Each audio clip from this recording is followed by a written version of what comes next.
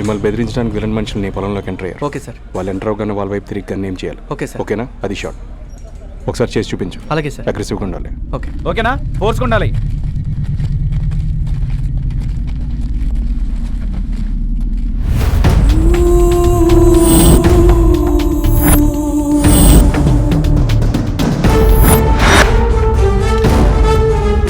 ఎవడ్రా నువ్వు? సార్ నేను సార్. ఆర్టిస్ట్ అటు వైపు ఉంటే నా వైపు ఏం చేస్తావేంట్రా? ఎవడ్రా నువ్వు?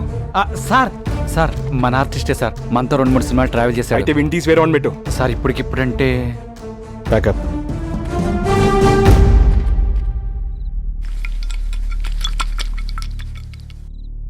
చెయ్యేందుకు వణుకుతుంది? ఏ తప్పు చేయకపోతే చెయ్యేందుకు అంతలా వణుకుతుంది? విషయం కలిపావా అందులో? విషయం ఎందుకు కలుపుతానన్నయ్య?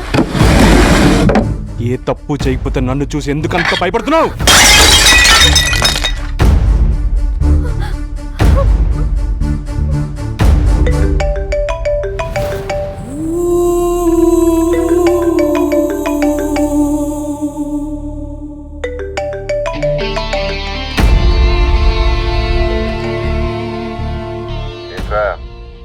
క్రాక్ క్రానిక్ స్టేజ్కి వెళ్ళినట్టుంది.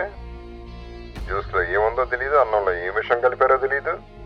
నీ డ్రైవర్ నా మనిషి అనుకుని అనుమానిస్తావు, సెట్లో ఆర్టిస్ట్ని కొడతావు, ఇంట్లో పని మనిషిని తిడతావు, చివరికి అద్దం ముందు నుంచి ఉంటే నిన్ను నువ్వే అనుమానించుకునే స్టేజ్కి వెళ్ళిపోయావు.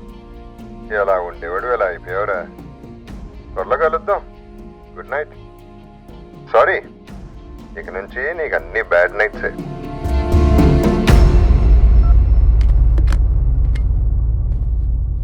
సార్ మీ దగ్గర కో డైరెక్టర్గా ఎన్నో సంవత్సరాలు చేస్తున్నాను సార్.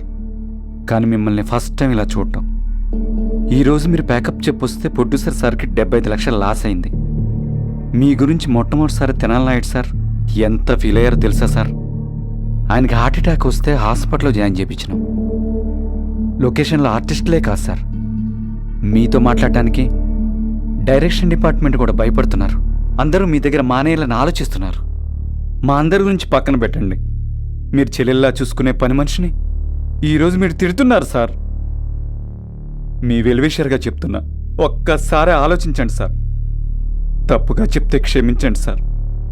నేనుంటాను సార్, ఉంటాను.